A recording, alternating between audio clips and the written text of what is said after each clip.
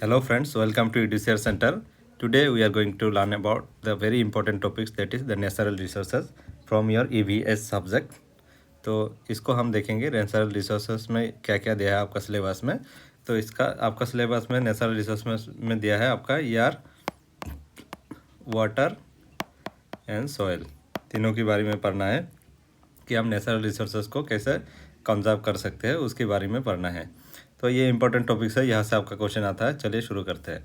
तो पहले देखेंगे the term natural resources. Natural resources का मतलब क्या है? Which means the anything that we use from our environment to achieve our objective.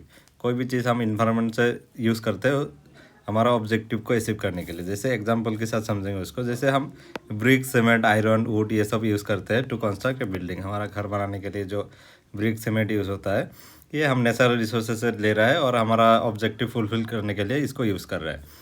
और एक टर्म है रिसोर्सेज। रिसोर्सेज क्या है? Resources can be define as any natural और आर्टिफिशियल सब्सटेंसेस, एनर्जी और organism which is use by human being for its welfare. ये जो resources है, कोई भी रिसोर्सेज है, जैसे एनर्जी रिसोर्सेज हो गया, आपका आर्टिफिशियल हो गया, नेचुरल रिसोर्सेज हो गया, जो हमारा ह्यूमन वेलफेयर के लिए हम यूज़ करते हैं, उसको रिसोर्सेज बोलेंगे। इसमें जो रिसोर्सेज है इसको हम कैसे क्लासीफाइड करेंगे? रिसोर्सेज को हम दो तरह से क्लासीफाइड करेंगे। एक है आपका नेचुरल रिसोर्सेज और एक है आर्टिफिशियल रिसोर्सेज। ये जो कोल है आपका नेचुरल रिसोर्सेज, और जैसे आपका जैसे इलेक्ट्रिसिटी हो गया, ये आर्टिफिशियल रिसोर्सेज है, क्योंकि ये इलेक्ट्रिसिटी आर्टिफिशियली बनाया जाता है। फिर नेचुरल रिसोर्सेज को हम फर्दर क्लासीफाई करेंगे एग्जॉस्टेबल एंड इनएग्जॉस्टेबल में क्लासीफाई करेंगे। एग्जॉस्टेबल क्या है, इनएग्जॉस्टेबल क्या है, नीचे हम डिटेल्स में पढ़ेंगे। तो इसमें एग्जांपल दिया है, जैसे पेट्रोलियम हो गया, ये एग्जॉस्टेबल का एग्जांपल है। Solar energy, wind energy, rainfall, ये इनएग्जॉस्टेबल है। इनएग्जॉस्टेबल मतलब जिसको आप जितना भी यूज़ करो वो ख़त्म नहीं हो रहा है। एग्जॉस्टेबल में क्या है, कुछ हद तक आपका ख़त्म हो रहा है, फिर उसको रेन्यू भी होता है। तो एग्जॉस्टेबल को हम फिर फर्दर क्लासीफाई करेंगे।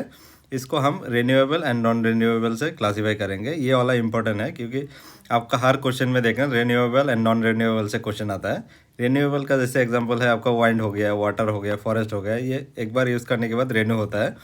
फिर कोयल, पेट्रोलियम, आयरन, बायोलॉजिकल स्पीसीज कुछ है, उसको एक बार यूज़ करने से ख़त्म ख़त्म होता है। फिर देखेंगे हम इनएग्जॉस्टेबल रिसोर्सेज क्या क्या है। जैसे यहाँ पे लिखा है, the resources which cannot be exhausted by human consumption are called inexhaustible resources.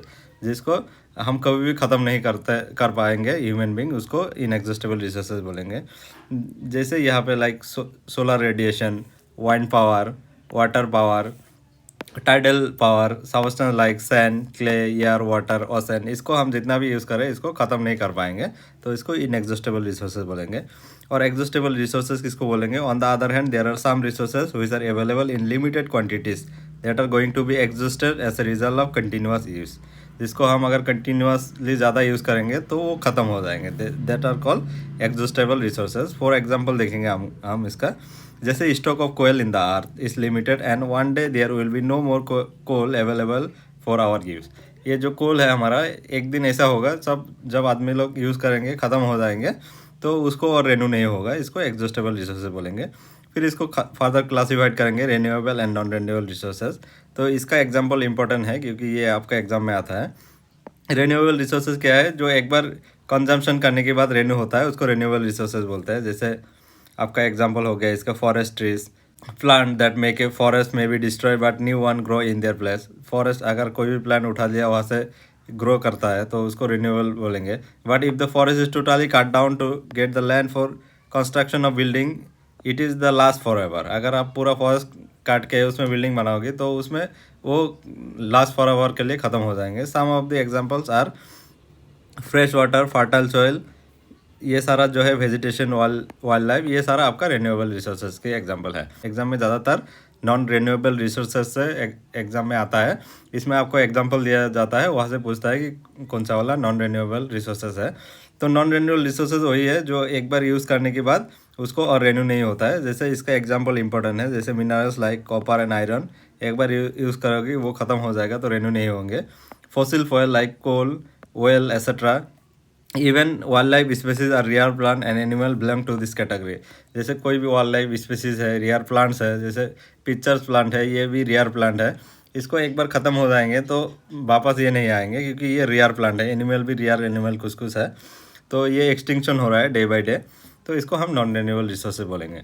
यहाँ पे आपके लिए एक क्वेश्चन रखा है, इसको आपको क्लासीफाई करना है कौन सा वाला यहाँ ऑप्शन से कौन सा वाला इनएग्जॉस्टेबल है, कौन सा रिन्यूएबल है, कौन सा नॉन रिन्यूएबल है। तो इसको आप प्रैक्टिस कीजिए। Conservation of natural resources. Conservation का मतलब क्या है? Conservation is the proper management of natural resources to prevent its exploitation, destruction और डिग्रेडेशन। कंजर्वेशन मतलब हम इसको प्रॉपर कैसे मैनेज कर सकेंगे नेचुरल रिसोर्सेज को, इसको हमेशा के लिए एक्सप्लॉयटेशन ना हो, ये हमेशा डिस्ट्रक्शन ना हो, डिग्रेडेशन ना हो, तो हमेशा बरकरार रहे वो चीज़, इसलिए हम इसको कंजर्वेशन करेंगे। तो इसको हम देखेंगे कंजर्वेशन क्यों करना चाहिए। Need for conservation of natural resources to maintain the ecological balance for support our life. ये जो हमारा इकोलॉजिकल सराउंडिंग है इसको बैलेंस करने के लिए, हमारा लाइफ को सपोर्ट करने के लिए, क्योंकि आज अगर आप सारा ट्री काट दोगे तो एक दिन ऐसा होगा आपका ब्रीथिंग करने के लिए ऑक्सीजन अवेलेबल नहीं होगा अगर सारा ट्री काट दिया जाएगा तो। To preserve different kind of species, biodiversity. Biodiversity के लिए हम डिफरेंट काइंड ऑफ स्पीसीज को प्रिजर्व करेंगे, क्योंकि आपने पढ़ा होगा जो हमारा फूड चेन है वहाँ पे हमारा इकोलॉजिकल बैलेंस करता है। जैसे एक चीज़ दूसरे को खाता है, दूसरी चीज़ दूसरे को खाता है करके, ऐसा करके हमारा एक इकोलॉजिकल बैलेंस बना के रखता है। अगर वहाँ से एक चीज़ हमेशा गायब हो जाएंगे तो जो हमारा फूड चेन है नेचर का, उसमें प्रॉब्लम आएंगे और हमारा जो इकोलॉजिकल बैलेंस है वो ख़राब हो जाएंगे। To make the resources available for present and future generation. Resources को हम प्रेजेंट के लिए भी रखेंगे और जो फ्यूचर जनरेशन आएंगे उसके लिए भी अवेलेबल रखेंगे। ऐसा नहीं करेंगे हम पूरा चीज़ को ख़त्म कर देंगे और फ्यूचर जनरेशन उसको देखने को ही ना मिले। To ensure survival of human race. ये ह्यूमन रेस को सर्वाइवल के लिए भी ज़रूरत है हमारा नेचुरल रिसोर्सेज। तो यार क्या है, यार इसे mixer of gases that is compose of 70% nitrogen, 21% oxygen and very small amount of water vapour and other gases. ये जो ईआर है, ईआर बहुत इंपॉर्टेंट है हमारे लिए, क्योंकि oxygen is important for our survival. अगर ऑक्सीजन नहीं होगा तो हम सर्वाइव नहीं कर पाएंगे। इसका प्रोसेस कैसा होता है, ह्यूमन बींग ऑक्सीजन लेते हैं ब्रीथिंग के टाइम में और रिलीज करते हैं कार्बन डाइऑक्साइड, और कार्बन डाइऑक्साइड कौन लेता है? ट्री लेता है। ट्री फिर इसको प्यूरिफाइड करके ऑक्सीजन को इन्वायरमेंट में भेजता है। तो ये साइकिल होता रहता है। फिर देखेंगे इसमें और एक टर्म है climate change. Day by day हमारा क्लाइमेट चेंज हो रहा है। क्यों क्लाइमेट चेंज हो रहा है? क्योंकि हम डिफॉरेस्टेशन कर रहा है, ये प्लांट काट रहा है, हम ज़्यादातर ये पेट्रोल डीजल का कार यूज़ कर रहा है, मतलब unlimited petrol diesel car use कर रहा है। इसलिए हमारा जो क्लाइमेट चेंज हो रहा है, हमारा इन्वायरमेंटल का हमारा जो एयर का क्वालिटी है वो डिग्रेड हो रहा है। इसकी वजह से हमारा ग्लोबल वार्मिंग हो रहा है। ग्लोबल वार्मिंग का मेन कारण कौन है? Carbon dioxide gas. Carbon dioxide की वजह से ग्लोबल वार्मिंग होता है। फिर ग्रीन हाउस, ओजोन डिप्लेशन, ये सब हम पढ़ेंगे एयर पोल्यूशन में पढ़ेंगे उसको जाके। फिर आपका एयर पोल्यूशन भी होता है। तो इसको हम अगर कंजर्वेशन करेंगे, एयर को कंजर्वेशन करने के लिए हम क्या करेंगे, तो हमारा उसमें प्रैक्टिस क्या होगा, हम जितना हो सके हम ट्री को लगाएंगे, एफॉरेस्टेशन करेंगे। जितना हो सके हम ईवी कार्स के ऊपर ज़्यादा ध्यान देंगे। डीजल पेट्रोल कार्स धीरे धीरे कम करना पड़ेगा हमें, नहीं तो ये जो हमारा एयर क्वालिटी है धीरे धीरे डिग्रेड हो रहा है। जैसे आप दिल्ली का एग्जांपल ले सकते हो, दिल्ली में कितना हालात ख़राब है वहाँ का एयर क्वालिटी का। तो ऐसा कंडीशन में हमको हमेशा ईवी की तरफ जाना होगा। जैसे सोलर एनर्जी है, सोलर एनर्जी को हम यूज़ में लेके आना पड़ेगा। ऐसे करके हम एयर को कंजर्व कर सकते हैं, मतलब उसको हम प्रोटेक्ट कर सकते हैं एयर को, for our survival and for our future generation के लिए। तो नेक्स्ट देखेंगे हम water.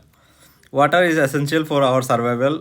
All living organism around 70% of our body made up of water. जो हमारा ह्यूमन बींग्स है इसको सर्वाइव करने के लिए वाटर का ज़रूरत है, क्योंकि हम वॉशिंग करने में भी वाटर यूज़ करते हैं, खाना बनाने में भी वाटर यूज़ करते हैं। तो जो हमारा ह्यूमन बॉडी है उसमें 70% वाटर से बना है।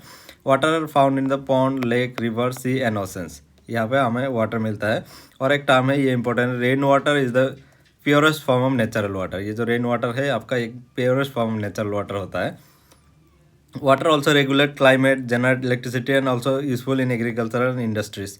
ये जो वाटर है हमें पता है कि इसको यूज़ करके हम इलेक्ट्रिसिटी जनरेट करते हैं। हम एग्रीकल्चर प्रैक्टिस में वाटर का ज़रूरत होता है, जब धान वगैरह लगाता है, इंडस्ट्रीज़ में ज़रूरत होता है।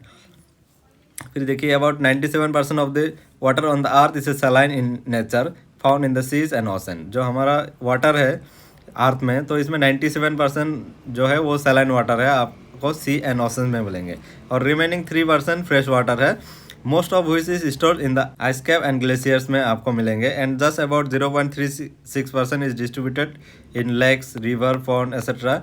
फिर देखेंगे fresh water is renewable resources as it continuously being produce through hydrological cycle, evaporation, condensation and precipitation. ये जो तीन टर्म है, तीन टर्म इंपॉर्टेंट है क्योंकि हम हाइड्रोजन साइकिल के थ्रू ये जो वाटर है ये रेन्यूएबल होता रहता है। यहाँ पे आपका हाइड्रोजन साइकिल का डायग्राम दिया हुआ है, कैसे ओशन से इवापोरेट होके ऊपर जाता है, फिर क्लाउड फॉर्म होता है, वहाँ से फिर रेन के थ्रू प्रिसिपेट होता है, फिर ये जो प्लांट है रूट के थ्रू एब्जॉर्ब करता है वाटर, फिर ट्रांसपायरेशन के थ्रू वाटर रिलीज करता है। तो ये एक साइकिल होता रहता है हाइड्रोजन साइकिल। तो यहाँ पे तीन टर्म आपको याद रखना है। इवापोरेशन मतलब क्या है, जब गर्म होके पानी को वाटर वेपर होकर ऊपर जाता है उसको इवापोरेशन बोलेंगे। कंडेंसेशन क्या है, water vapour changes to water, जब वाटर वेपर वाटर में चेंज होता है उसको कंडेंसेशन बोलेंगे। जैसे क्लाउड्स हो गया, फॉग हो गया, ड्यू हो गया, ये जो स्नो वगैरह है ये भी आपका कंडेंसेशन की वजह से होता है। प्रिसिपिटेशन क्या है, जैसे रेन गिरता है वो प्रिसिपिटेशन है। तो नेक्स्ट देखेंगे डिग्रेडेशन ऑफ वाटर, वाटर को कैसे डिग्रेड हो रहा है। With the increasing in population and industrial growth water is being degraded day by day, the main reason for the degradation of water. जैसे पॉपुलेशन बढ़ते जा रहा है, वाटर का डिमांड बढ़ रहा है, इंडस्ट्री बढ़ते जा रहा है, वाटर का डिमांड बढ़ रहा है, तो इसमें वाटर का क्वालिटी डिग्रेड हो रहा है, वाटर ख़त्म हो रहा है day by day. To meet the needs of increasing population, surface water from the ponds, lake, rivers and ground water are overdrawn, depletion of water level. मतलब इतना आदमी पॉपुलेशन बढ़ रहा है, इतना इंडस्ट्री हो रहा है, तो मैक्सिमम अमाउंट में वहाँ से जो वाटर है लेक रिवर से वहाँ से ड्रोन कर रहा है, ओवर ड्रोन कर रहा है, इसलिए हमारा जो वाटर का वॉल्यूम है वो डिप्लेट हो रहा है, वो ख़त्म हो रहा है डे बाई डे। जैसे sewage that is the waste water from the domestic and municipal which make fresh water and unfit for use human and animal. जैसे जो सीवेज वाटर है वो क्या होता है, वो हमारा रिवर में पॉन्ड में जाता है, तो ये अनफिट फॉर ड्रिंकिंग होता है। Waste water from all industrial flows down to the surface of water bodies and ground water bodies they get polluted. जो हमारा वेस्ट वाटर होता है इंडस्ट्री का, वहाँ से जो ग्राउंड में जाता है तो हमारा ग्राउंड वाटर भी पोल्यूटेड होता है।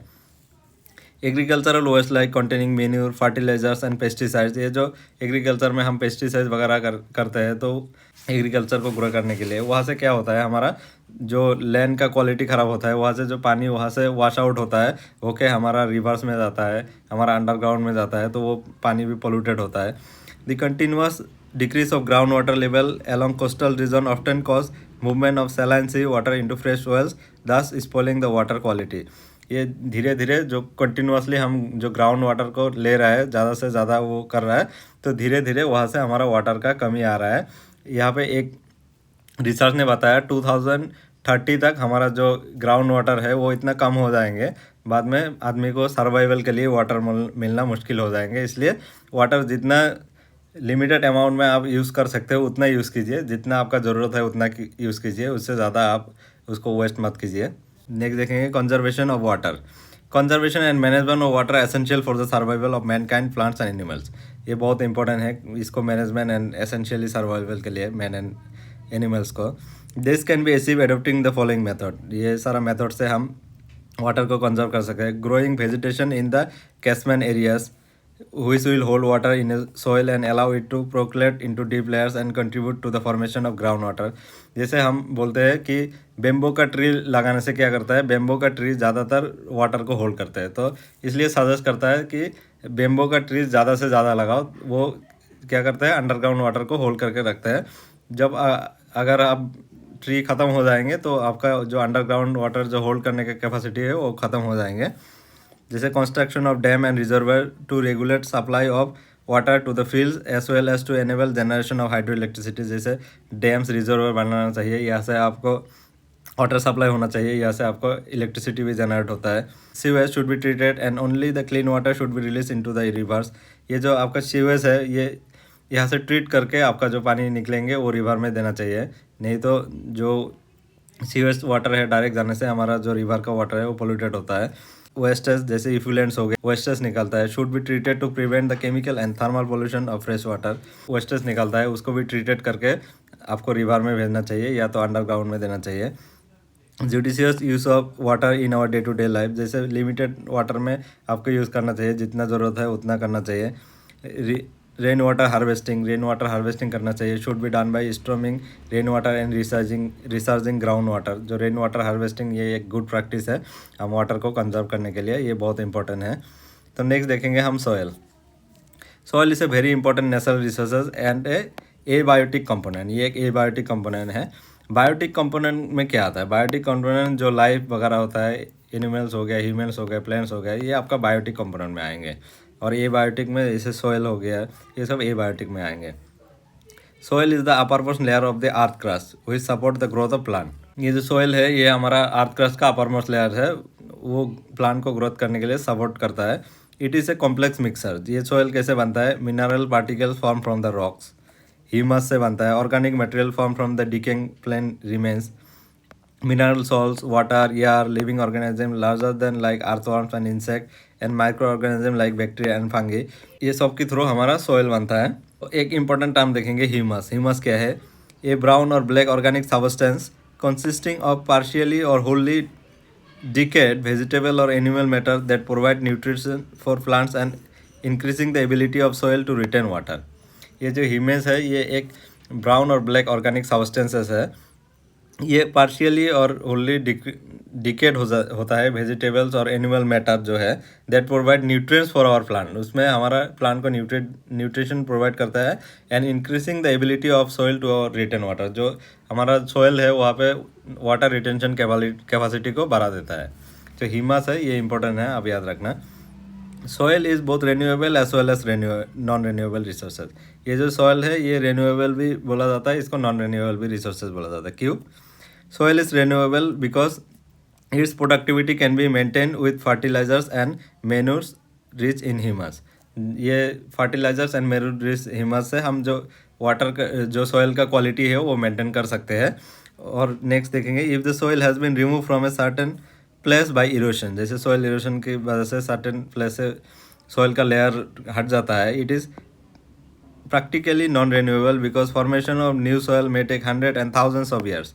जब सॉइल एरोशन होने के बाद सॉइल हट जाता है, वहाँ पे न्यू सॉइल जनरेट होने में thousands of years, hundreds of years लगता है। तो इसलिए इसको रिन्यूएबल भी बोलेंगे, नॉन रिन्यूएबल भी बोलेंगे।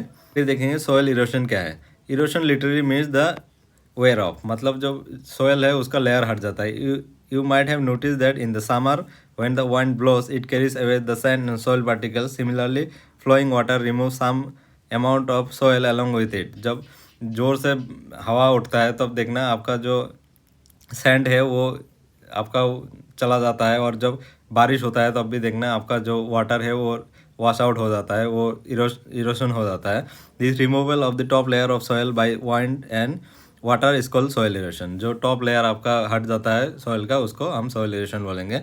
Top layer of soil content the humus and the mineral salt. जो आपका सॉइल का टॉप लेयर्स होता है वहाँ पे न्यूट्रिशियस होता है, उसमें मिनरल सॉल्ट होता है, उसमें ह्यूमस होता है, which are vital for growth of plant. ये प्लांट को ग्रोथ करने के लिए बहुत इंपॉर्टेंट होता है। This erosion cause a significant loss of humus and nutrients and decrease the fertility of the soil. जब सॉइल इरोशन होने से हम जो हमारा सॉइल है उसका जो फर्टिलिटी है वो कम हो जाता है।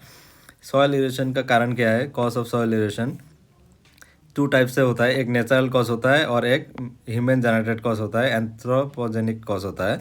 Natural cause of soil erosion कैसे होता है? Soil erosion of soil take place due to effect of natural agent like wind and water. जब भारी हवा आता है, बहुत ज़ोर से हवा आता है, तो वहाँ से भी आपका जो सैंड वगैरह है वो हट जाता है, सॉइल हट जाता है, वो एक कारण है। और जब वाटर होता है, जैसे बहुत हैवी रेन होने से आपका जो हिली एरिया का वाटर है वो नीचे आपका ढह जाता है, तो ये भी एक कारण है, ये नेचुरल होता है।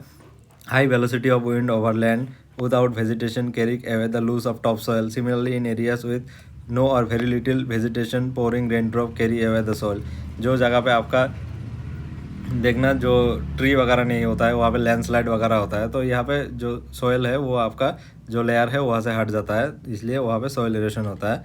और एक होता है आपका soil erosion man made cause, anthropogenic cause. इसमें क्यों होता है? जैसे आप डिफोरेस्टेशन करोगे, आप पेड़ काटोगे तो आपका सॉइल इरोशन होगा। पूर फार्मिंग मेथड, अगर आप पूर फार्मिंग मेथड करोगे तो इसमें भी आपका सॉइल इरोशन होगा।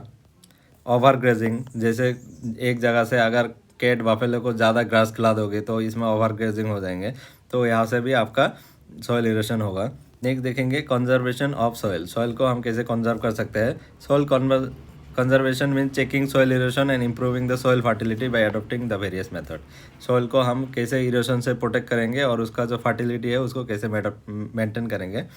जैसे maintain the soil fertility, the fertility can be maintain by adding manure and fertilizer regularly as well as by rotation of crop. जब एक सॉइल में हम रेगुलरली फर्टिलाइज़र यूज़ करेंगे, उसमें मैन्यूर यूज़ करेंगे, और जो क्रॉप है वो रोटेशन क्रॉप में हम यूज़ करेंगे। एक ही क्रॉप बार बार नहीं लगाएंगे, वो रोटेशन में होता है। आप देखना क्रॉप रोटेशन भी प्रैक्टिस होता है। Control on grazing, grazing should be allowed only on a specific areas. जो ग्रेजिंग्स है वो ओवर ग्रेजिंग नहीं होना चाहिए, कुछ एरिया में होना चाहिए। जहाँ पे आप खेती वेती करते हो तो वहाँ पे ज़्यादा बाफेलो को वहाँ जाने नहीं देना चाहिए ग्रास खाने के लिए। रिफॉरेस्टेशन करना चाहिए आपको, प्लांटिंग ऑफ ट्रीज करना चाहिए, वेजिटेशन लगा होना चाहिए यहाँ पे सॉइल इरोशन को रिड्यूस करने के लिए।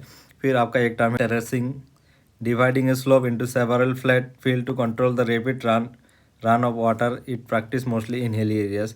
जैसे हिली एरियाज में प्रैक्टिस करते हैं तो वहाँ पे स्लोप बनाता है, जो ज़ोर से बारिश आता है तो पूरा वो सॉइल को वॉश आउट नहीं कर पाता है। वहाँ पे एक स्लोप होता है तो धीरे धीरे वहाँ पे प्रोटेक्ट करता है आपका सॉइल को। Counter ploughing at right angles to the slope allow the furrows to trap the water and check soil erosion by rain water. यहाँ पे भी वो जो स्लोप है वहाँ पे वो ऐसे बनाना चाहिए जो वाटर वहाँ पे ट्रैप हो जाए और आपका जो सॉइल है वो वॉश आउट ना हो जाए, वो इरोशन ना हो जाए। तो यहाँ पे एक मैच द क्लूम है, मैच द क्लूम मैं आपके लिए छोड़ रहा हूँ, तो इसका मैच द क्लूम आप खुद का खुद कीजिए, कौन सा वाला के साथ कौन सा वाला होगा। तो आज का वीडियो बस इतना ही। Thank you for watching this video and see you in the next class.